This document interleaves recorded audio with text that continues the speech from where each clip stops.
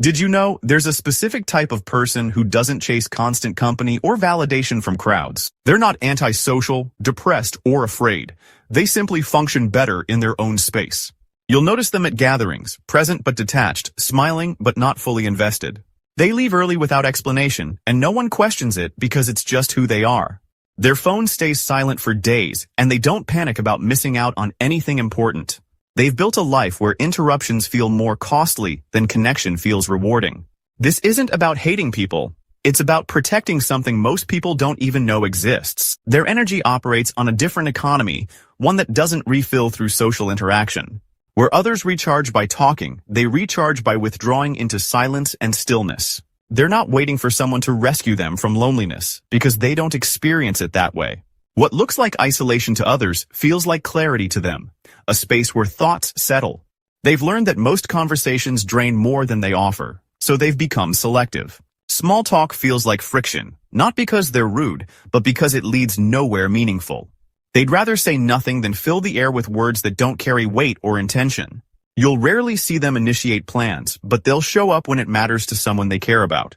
They don't need to be liked by everyone, just understood by a few people who actually get it. Social obligations feel like performance, and they've quietly opted out of that theater entirely.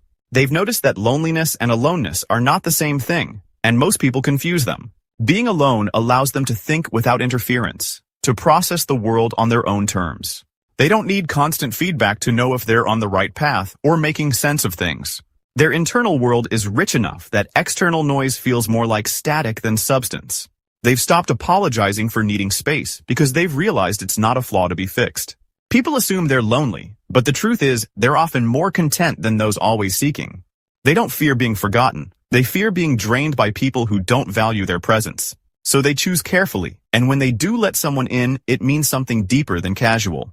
Their solitude isn't a rejection of connection, it's a filter that protects what connection truly means. They've learned that saying no to shallow interactions creates room for relationships that matter. Most people mistake their quietness for shyness, but it's actually intentional observation at work. They watch how people behave when no one's watching, and that tells them everything they need. They're comfortable with silence in a way that makes others fidget and rush to fill the space. Their independence isn't a defense mechanism, it's a natural state they've always gravitated toward. They've realized that needing people and wanting them around are entirely different things to balance. Social media exhausts them faster than real interaction because the performance feels even more hollow. They don't broadcast their lives because they're living them, not curating them for an audience's approval.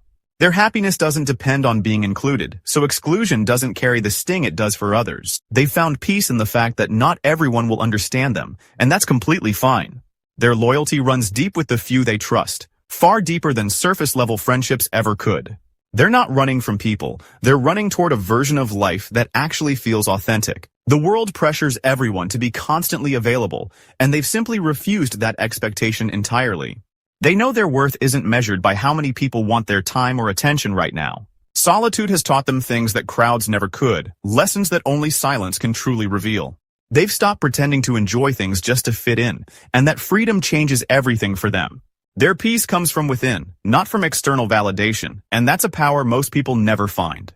They've built a life where they don't need to explain themselves to people who wouldn't understand. Most won't admit it, but some of you felt seen reading this, and that's exactly the point here.